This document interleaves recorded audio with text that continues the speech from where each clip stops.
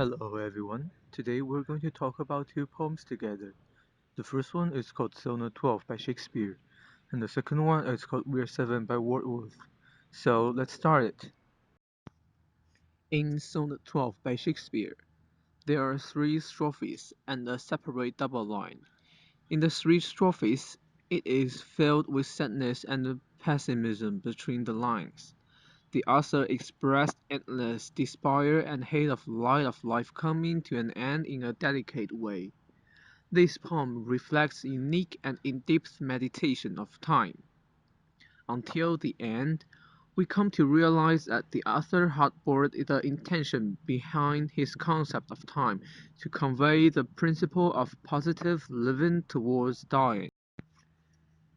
The clock hung on the wall ticks on and on. This is actually shocking. The day ends and it's replaced by the dark and hydrous night without notice. Actually, it is done internally. Each day would be different. People are always one day older than yesterday, and our life is composed of such small units. The length of life becomes shorter with days passing by. Flowers such as violet flourish, and soon they fade away. The prime is short, life comes to an end inevitably. Curls turn to silver from sable. That means we grown old when we enjoy our youth, past our middle age, had grandchildren and even lay in a beard. Lofty trees grow thickly of leaves in spring and summer, but before long with season changing, leaves fall down and become dust in autumn. Summer's green disappears, swallowed by time. This process from prosperity to decline repeats with season revolving. Beard, white and bristly beard, waste of time. None of these things can avoid leading us to think about death. All of these make this poem under a gloomy and heartbreaking atmosphere. Sadness is pushed to a new high by then. But there are other things remind us the opposite emotion, positiveness, like sweets and beauty. Here, sweet means nice virtues from within, while beauty refers to someone's fine appearance. However, they're both something that cannot last long. When children grow older, parents reach their old age and die. This is just the way how time operates. Everything experiences a process that starts with birth and ends with death.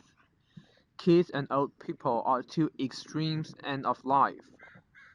Also, the author focuses on specific image that can explain different periods of time process to demonstrate us the passage of time, taking advantage of two things with striking contrast, which makes reader reduce the deeply regret and despair.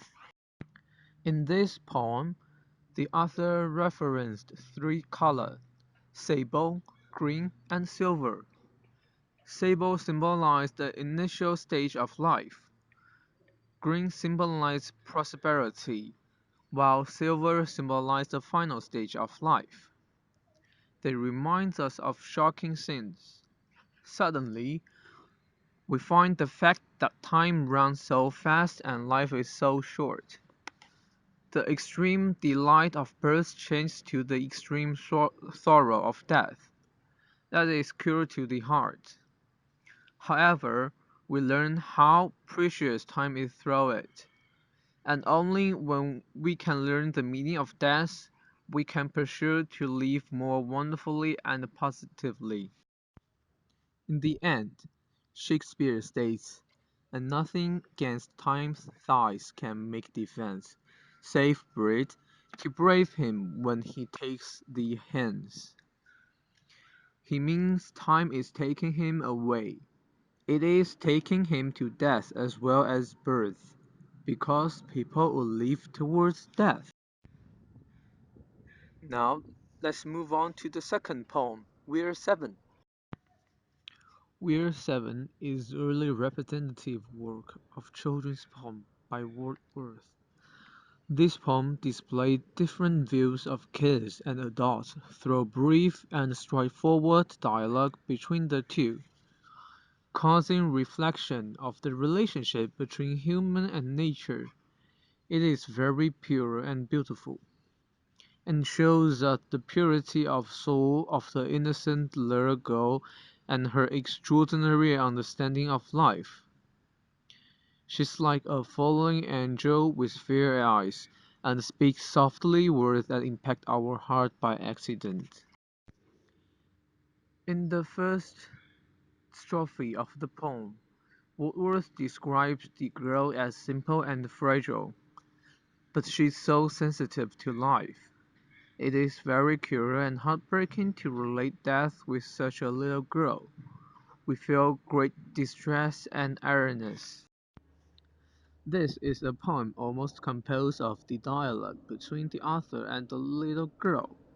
They were discussing how many sisters and brothers the little girl had. It is very oral.